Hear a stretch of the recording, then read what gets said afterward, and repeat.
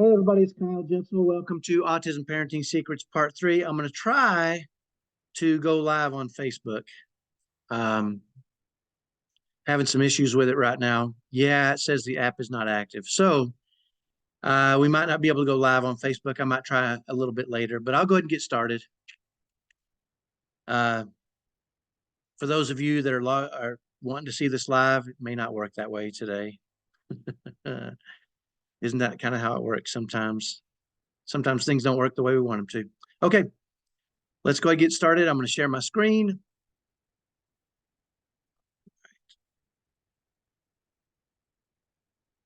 All right, there we go. Hey, everybody, it's Kyle Jensen with Autism Parenting Secrets. Welcome to Part 3.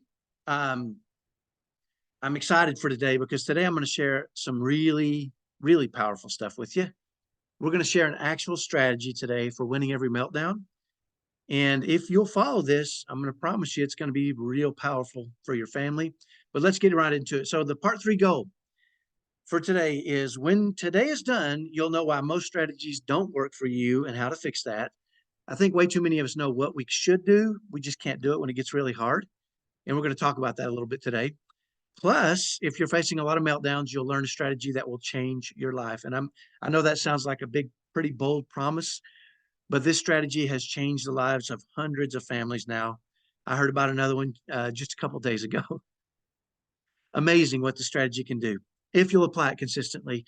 Plus, you'll get some insight into why your kids are doing what they're doing and how to help them change their patterns. So the agenda today is welcome to Part 3. We'll do that. Then we'll do a quick review of Part 2, which was yesterday. That was Tuesday. We'll talk about why most strategies don't work. We'll talk about the specific strategy winning every meltdown. And we'll talk about why your kids are like velociraptors and things that you can do today. So that's what we're going to cover today. That's our agenda. So Part 3, welcome. You're taking action. You're still taking action. Those of you that have watched day 1 and day 2, or Part 1 and Part 2, depending on if you're watching this later, hopefully you're taking action. You're doing the homework. You're following all the prompts, and you're starting kind of get a feel for how you can change the way your family works. So hopefully you can do that today. I think it's going to be real powerful for you because you'll actually feel it in a real favorable manner. So let's go to a quick review. You know what? I'm going to try to one more time. I'm going to try to go live on Facebook and see if they fixed it real quick. Live on Facebook. Nope, still hadn't fixed it. Okay. You can tell I'm trying, can't you? Okay, quick review. Yesterday, we talked about creating your own strategies. We talked about how solving problems all has a similar framework, and how Alex Honnold, the free solo climber who climbs mountains with no ropes, had a pretty specific set of steps he followed to get to the top of these mountains without any ropes. The first thing was to get trained. We talked about that yesterday. And the cost formula, that what is the challenge? What is the objective? What is the strategy? What are the tactics? And then adjust. And so we're lying out the big challenge we're facing. We're deciding ahead of time what we want long-term. What's best for the 3 pillars of success, right? You remember those? We're always going to do what's best for our kids on the spectrum, long-term, even if it's hard. We're always going to do what's best for our family long-term, even if it's hard. We're always going to do it in a spirit of love, right? So when we write up our strategies, we want to keep that in mind. And then the tactics, which are the steps you're going to take every time. And the first one should always be, how do I do this in a spirit of love, right? I'm going to put myself in the spirit of love. You'll see how we do that today. So today we're going to talk about one good decision. Remember, Alex Honnold said you got to get trained. So you got to be basically trained on how to climb the mountain. The next thing you need to do is you don't look at the top of the mountain, right? You look at your very next step. You just take one step at a time. So we're going to talk about that today, making one good decision. Tomorrow we'll talk about don't freak out, which is, it's easy for us to say we're going to do what's right, but when things get really, really hard, we tend to freak out. So tomorrow I'm going to share with you a very specific step-by-step strategy that you'll never freak out again if you internalize it. And we'll talk about that today, or tomorrow. So why most strategies don't work, making one good decision, Part 2 of Alex Honnold's formula. Some strategies are easy to remember. If you recall yesterday, or in Part 2, we talked about the whisper strategy, right? And we talked about how easy that was to follow those steps, right? If you remember the steps, I'm going to take his toys from him, set him on the chair, pick him up, walk him out, set him on the trash can. I'm going to say shh to him until he repeats it back. Shh, and then I'm going to love on him, hug on him, take him back in, set him in the chair, give him all his toys back, and love on him some more, right? Pretty simple. And by the way, the first step to all that, which my wife reminded me of, was put myself in a state of love first before I even started. Okay. Then take the toys, pick them up, all those steps, right? So those are my tactics, the specific steps. And that's going to be easy to remember because that's something that happens only in church, every week in church, right? The whisper strategy is easy to remember, but some strategies are not easy to remember, right? And this was my problem. I would create strategies for defiance. So one of my sons has oppositional defiance disorder, and he would say no to everything, right? So I needed to remember the steps, the series of steps I was going to follow for that, right? Almost to recreate that whole encounter before it even started. And my inner circle members they get pretty excited about this because this was a strategy that took me about a year to develop. If you have a child with oppositional defiance disorder, it's a tough challenge. It took me a whole year to even develop the tactics. And once I did, though, they become super powerful and it's easy to plug into. But some are not easy to remember, right? Let's say when your kid screams at you, or they press your hot buttons, or they fight with their brothers and sisters, right? Sometimes we just go into a state of anger or frustration or discouragement, and it's hard to remember these, right? So one of the things I started doing was I took all my worksheets, and what I realized very quickly was a few years recall, um, I needed to learn to internalize these strategies. Okay, I've got all these. I've got all these strategies in a book. You're gonna laugh, but I've got all these different strategies in here for all kinds of different challenging behaviors, bad behaviors, meltdowns. Right? I mean, I'm flipping 3 or 4 pages at a time, and I have a 3-inch binder downstairs with strategies for myself for things outside of autism as well. I'm a mess, but I want to solve these things. I want to figure this stuff out so I can be at my best for everybody, right? So what I decided to do was I remembered a few years ago, I recalled having a difficult encounter with my boss, and I was working for this small company. And whenever I would come across a difficult client, my boss would tell me, "Come in and we'll chat about it. We'll discuss how we're going to handle it, and then you can go handle it." And he was training me up to be as proficient at handling customers as he was. And I was really grateful because I was younger, more aggressive, a little bit less patient at the time. So I remember I walked into his office one day and I said, "Hey, we've got this problem with this client, you know him."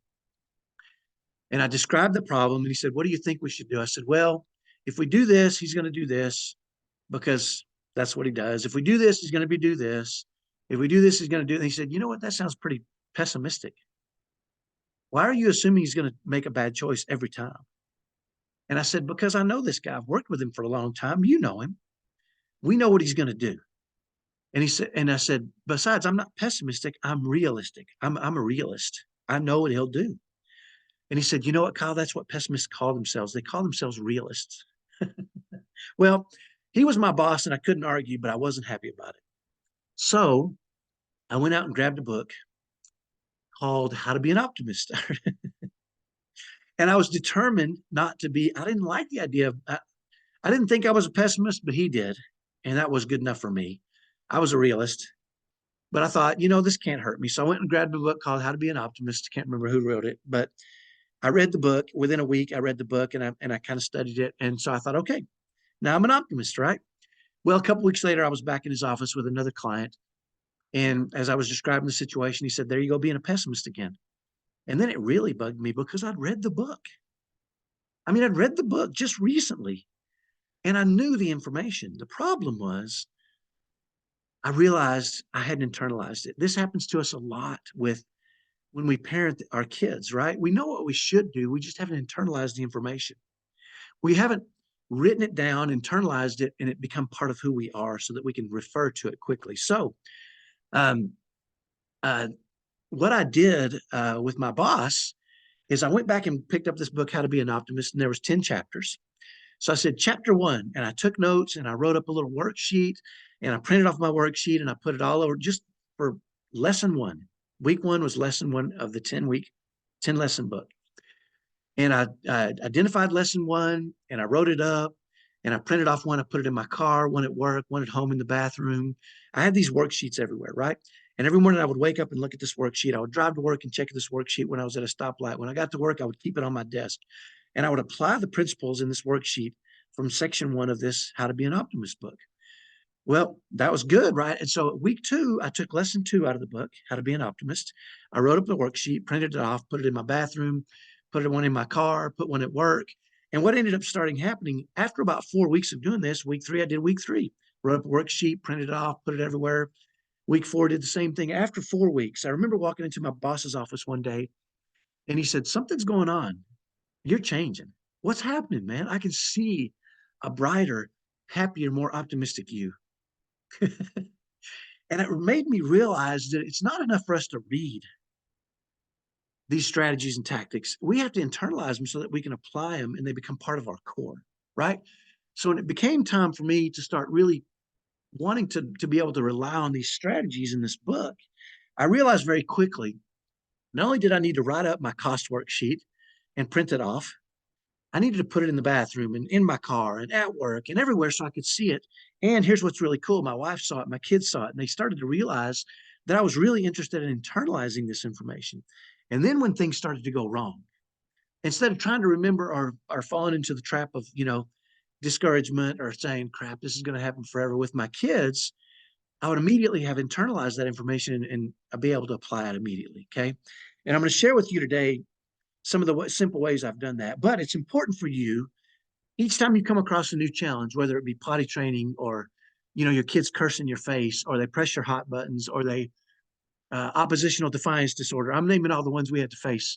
Um, uh, Violence, threats of violence, threats of running away, all these things. I actually created worksheets.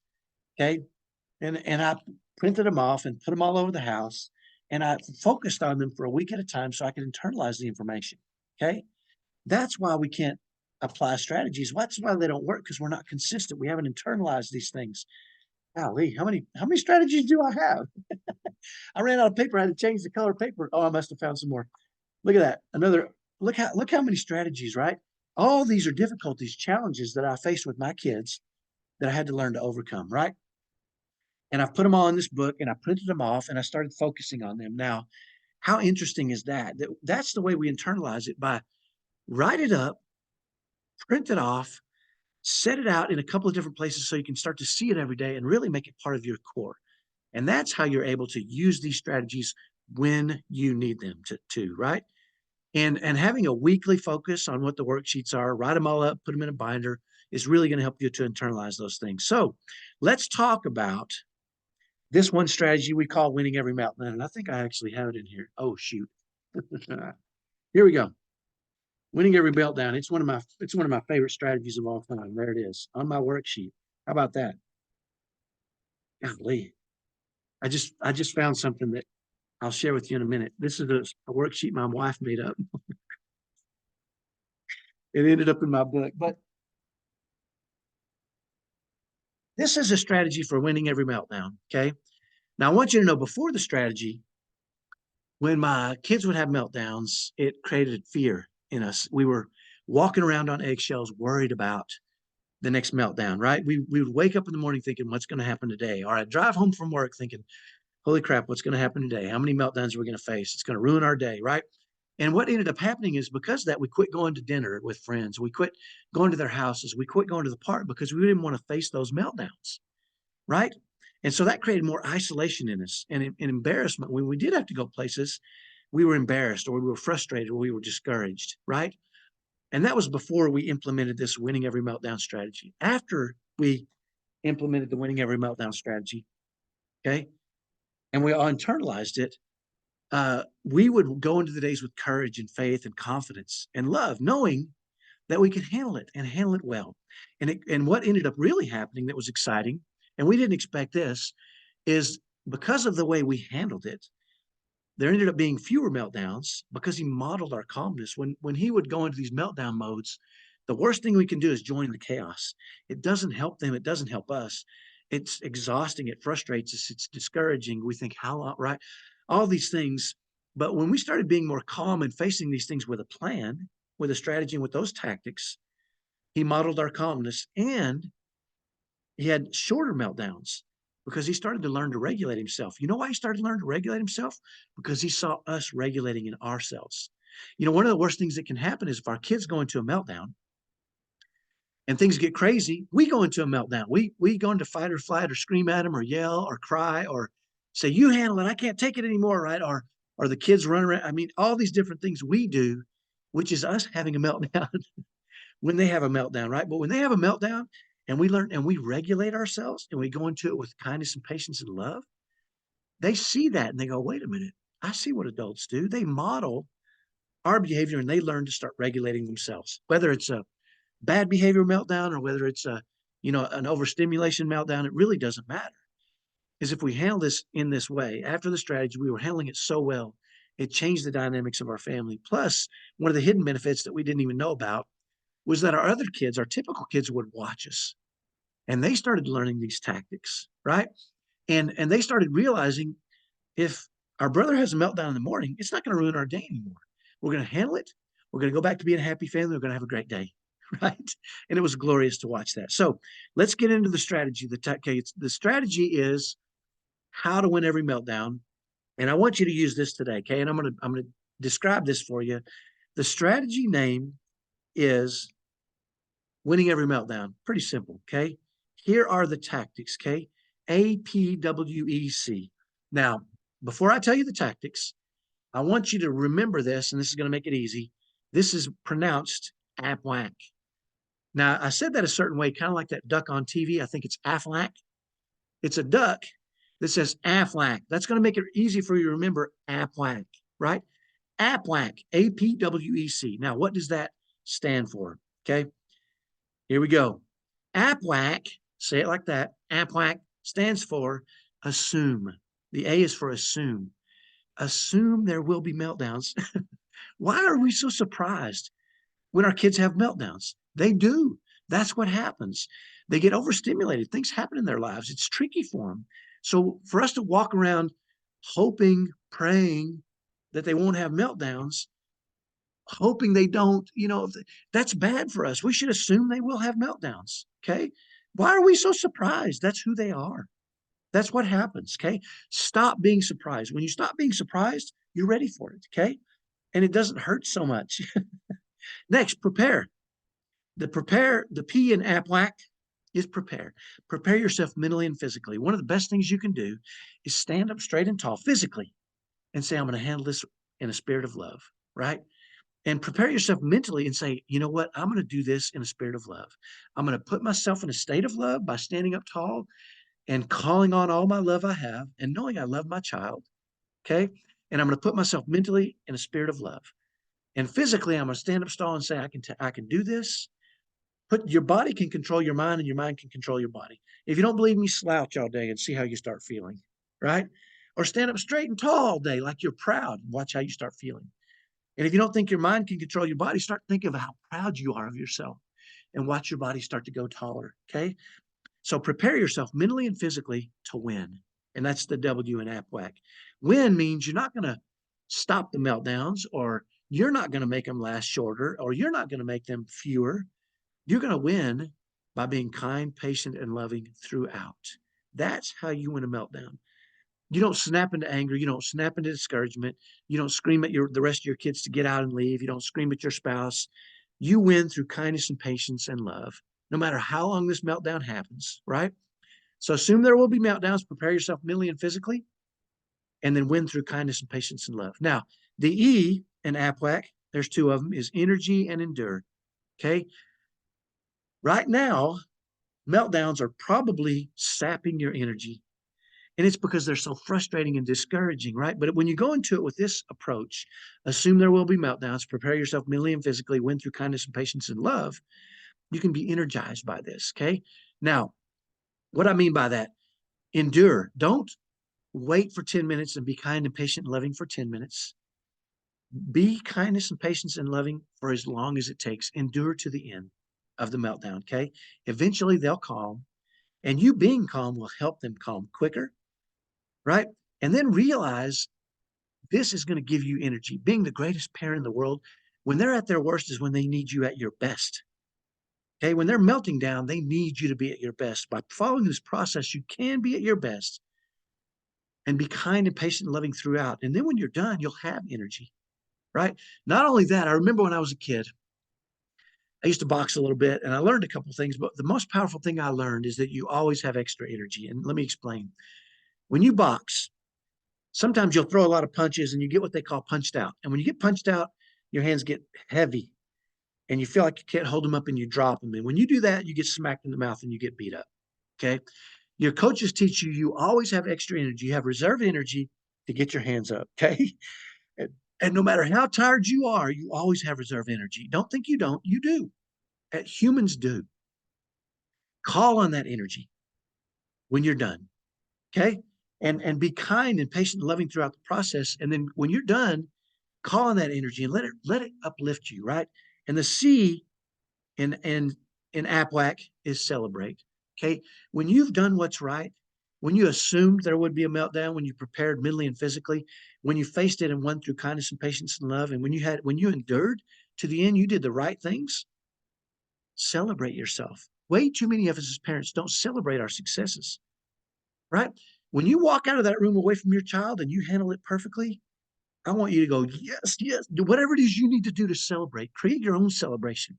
Maybe you jump in the air, whatever it is, create a word that you use. Heck yeah, whatever.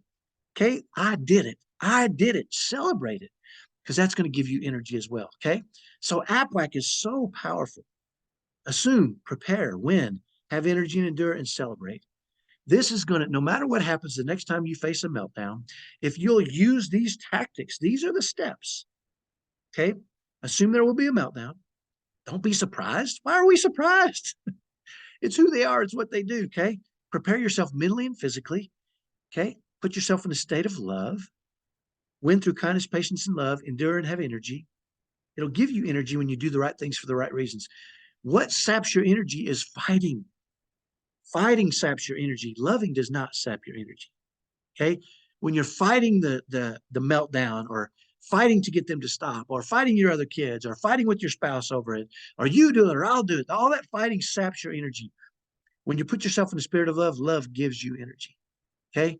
And then celebrate when you're done. So that's APWAC. Now, I want to share with you real quick how this has changed our family. I remember when I came up with this strategy, I didn't even share it with my wife initially.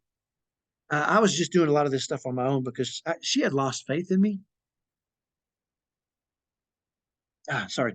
She had lost faith in me as a husband. And I knew that. I knew I needed to regain faith. So I started reaching over to get my book, all this stuff on my own. And I came up with this APWAC on my own. Okay. And I'll never forget one Saturday morning. We had decided to go have lunch at the park. And we were about to start getting ready. It was probably 10:30. And my son had a real heavy meltdown. And I said, I got it. And I ran upstairs and I APWAC'd him. I assumed there would be a meltdown. I prepared myself mentally and physically. I ran up those stairs happy. I put myself in a state of love and I won through kindness and patience and love. I stayed with him. I spoke to him softly, kindly, patiently. And when it was over, I endured and I had energy. And I came down, as I walked out of his room, I celebrated. I did it. And then I came downstairs and I said, okay, he's better. You guys ready to go to the park? And my wife said something interesting. She said, you know what, Kyle? This isn't healthy. I said, what isn't healthy? She said, you just faced a meltdown and you're not angry or mad or anything. She said, you can't keep suppressing your anger. I realized in that moment it said something about me, right? What it said was she thought I was an angry guy. And I think at one point I was. I was bitter. I was angry. But I wasn't in that moment because I had done the right things for the right reason. I said, no, Shelly, I'm not angry. I managed it well and it gives me energy. And she said, what did you do? And that I knew that was the moment I had a chance to share with her. So I shared with her. I APWAC'd him, right? And she said, what is APWAC? And I shared it. Assume, prepare, win, energy and endure, celebrate. And she said, oh, that's kind of cool. She said, you're not mad? I said, no, I'm not mad. I said, if he has a meltdown at the park, I'll APWAC him. I got it. And she said, okay. So we went over to the park, right? And sure enough, at the park, after 20 minutes or so, somebody was on the swing. They wouldn't let him swing. He melted down at the park. Guess what I did? I ran over there and I app-whacked him, right? Assume, prepare, win, energy and endure, celebrate. And I was app-whacking him, and I looked up at one point and saw my wife, and he was having a bad meltdown. He was throwing a fit at the park, okay? Because he couldn't swing and he wanted to swing. He had to wait. I look over at my wife, and she was talking to some strange ladies. I thought, I wonder what she's doing. And she was they were all looking at me. Well, I finished. I mean, I calmed him down. The swing came up. One of the swings was available. He hopped on. He acted like nothing happened. You know, sometimes they have a meltdown and 30 seconds later, nothing happened after they've been through the ringer, you know? And so I walked back over to Shelly and she said, tell them about ACWAC. I said, what? She had been sharing with them what I was doing. And she remembered, assume, prepare, win, energy, endure, and celebrate. She knew, and she said, tell him what you're doing. And she said, I've told him that he's on the autism spectrum and he struggles sometimes, and you were app-whacking him. Share with him. And so I got a chance to share with them. And I thought, you know what? This is real autism awareness. This is good autism awareness, right? Because now these folks, if they see that, they'll know what's happening. Maybe another parent doesn't app-whack him. Maybe that other parent gets mad, grabs him, throws him in the car, and takes him home. Or maybe the other parent just doesn't know what to do. Right? I knew what to do. I app-whacked him, right? Well, after the park, I mean, we were both glowing. We had a great day. He had another meltdown that day. It didn't matter. We app-whacked him. We had a great Saturday. Well, the following week, the kids were off for summer, and she told me, you know what, tomorrow I'm going to take, I think it was a Tuesday or Wednesday, she said, I'm going to take them to the movies. And I said, what? Are you sure you're going to take all the kids? Now, remember, 6 kids. We have 6 kids. I said, what if he melts down? She said, I'll app-whack him. I said, what? Okay, all right, go get him. Well, all day long, I knew she was going to the movies at 11. I kept waiting for a call, because a lot of times she would call me when she was struggling. I never got a call. I got home from work. I came in, she was bouncing around, my wife. I said, hey, how'd it go? She said, well, he melted down, but I app-whacked him. And she was smiling from ear to ear.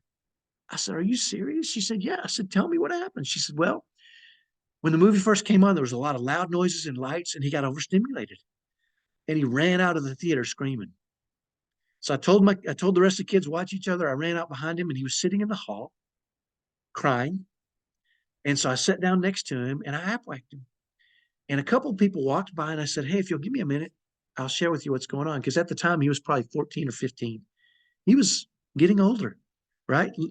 Looked like way too old of a kid to be crying in the hall at a movie theater, but he was. And so she finally got him calmed down and she said, you ready to go back in? He went back in, watched the rest of the movie. But before she sent him in, she kind of watched him and she came back out and the people were waiting. So she had a chance to talk to them about autism and how sometimes our kids can get overstimulated with lights and heavy sounds. And again, what a beautiful thing. That's autism awareness, right? So use AppWhack, test AppWhack, try it, okay? And I want you to know that we developed that through the cost strategy framework. What's the challenge? Meltdowns, okay? What's the objective long-term? Our long-term objective is to love him through it, help him get through it, understand that he can regulate himself, model that for him. Those were our objectives, right? The strategy we called winning every meltdown, and the tactics were app-whack, assume, prepare, win, energy and endure, celebrate. Every time. And what ended up happening is he started to model this behavior. When he would have a meltdown, he would think, you'd see him stand up straight after a while and take deep breaths, and he would start to, right? He started to model our behavior, right? And no, he could regulate himself. How powerful is that for him now that he is in his 20s? I don't worry when he goes out in public. He's still on the severe end of the spectrum, and he still gets overstimulated, but he knows how to regulate and manage himself because we modeled it for him first, and then he taught himself, and through some help from us, taught himself how to regulate himself, manage his emotions in difficult moments, because we managed our emotions in difficult moments and we're there for him. How powerful is that, right? Other strategies we created. Full of strategies, but here's something interesting. Getting kids to eat. Okay. What's the challenge? What's the objective? What's the strategy name? What's the tactics? Self-harm, oppositional defiant disorder. Again, that one took me about a year to develop. It wasn't like I just created 3-5 tactics. But I did a lot of testing and adjusting and working and studying. I studied the crap out of oppositional defiance disorder. I learned a lot about how kids fight, even typical kids want to express themselves a certain way. I did a lot of study, and about a year later, I came up with a series of steps that we were able to follow to change the dynamics of him in his oppositional defiance disorder. And by the way, a side effect of that is that I treat my other kids better too. I'm a better dad for them, the typical kids, the rest of them, not just him. Okay, we created strategies for biting, kicking, screaming, arguing, pressing your hot button. Some of our kids, when they don't like what's going on, they'll curse at us or they'll scream at us or they'll, break something. They know how to press our hot buttons. We created strategies to actually face those challenges in the spirit of love. And then here's what happens to kids. When we change our patterns, they change their patterns, right? And I'll talk about that in a minute here. But when we change how we respond to certain events, they change how they respond. And our kids are learning from us. Don't fool yourself. If you freak out when things go wrong, they are going to freak out because they're learning from you. They're learning from us. The best thing we can do for our kids is teach them how to manage their emotions, be calm, cool, and collected when things are going wrong. And that way we can make good decisions in those moments, right? Now, worry too much. This is a strategy. My wife was struggling at one point because she was worried about their future. What's going to happen to them if I'm gone? Nobody's going to love them. And it was causing her so much worry that she wasn't sleeping. And she came to me one day and she said, you know what? This is a problem. I'm going to create a worksheet for me worrying. It's keeping me awake. I'm not getting good sleep. I'm constantly worrying about them. And she created a strategy she called good versus evil. What a great name, right? That had a clear objective. She didn't want to worry. She wanted to be there for him. She wanted to be present. She wanted to get good sleep. She wanted to be the greatest mom in the world. And she was, because she created this strategy and followed the tactics that she created, right? Challenge. What is a challenge? If you worry too much, that's a challenge. And if you're worried too much, she came to me at one point and she said, you know what I realized after she created the strategy and started to really work it and get results? She said, I realized that my emotions were so important to me. They were more important to me than my love for my kids. They were affecting me so much that it wasn't allowing me to love my kids as deeply and wonderfully as I could. That's why she created that strategy called worry too much. When I opened my book, I found another strategy of hers. She never printed this off. This one is called I Need a Break. And it has the challenge. I need a break. I'm exhausted when Kyle gets home. I want to be at my best for Kyle and the kids. Kyle is tired too. This was the challenge. The objective, get Kyle to happily give me a break. How about that? That's her objective, was to get Kyle to happily give me a break. The strategy name, she called it I Need a Break. And the tactics are half the page. You guys are laughing at this. I'm going to fold it in half. There's all her tactics. I don't know if you can't read it, but as I read through it, they're powerful. And by the way, this worked. I gave my wife a break. I used to call it manipulation. Then I realized it was engineering, right? If you're doing things in a spirit of love, she did it in a spirit of love to me. And I felt it, and I gave her a break. I felt love. When she made me feel love, she could get anything she wanted. And she needed a break, and she wrote up a strategy. How powerful is that? That's cool, right? And tomorrow we're going to talk about being at your best when they're at their worst, right? When everything's going horribly wrong, it's really hard to be loving. Tomorrow I'm going to share with you a step-by-step strategy to not freak out. And that is Alex Honnold's third part of his formula. Remember, get trained. We talked about the cost formula.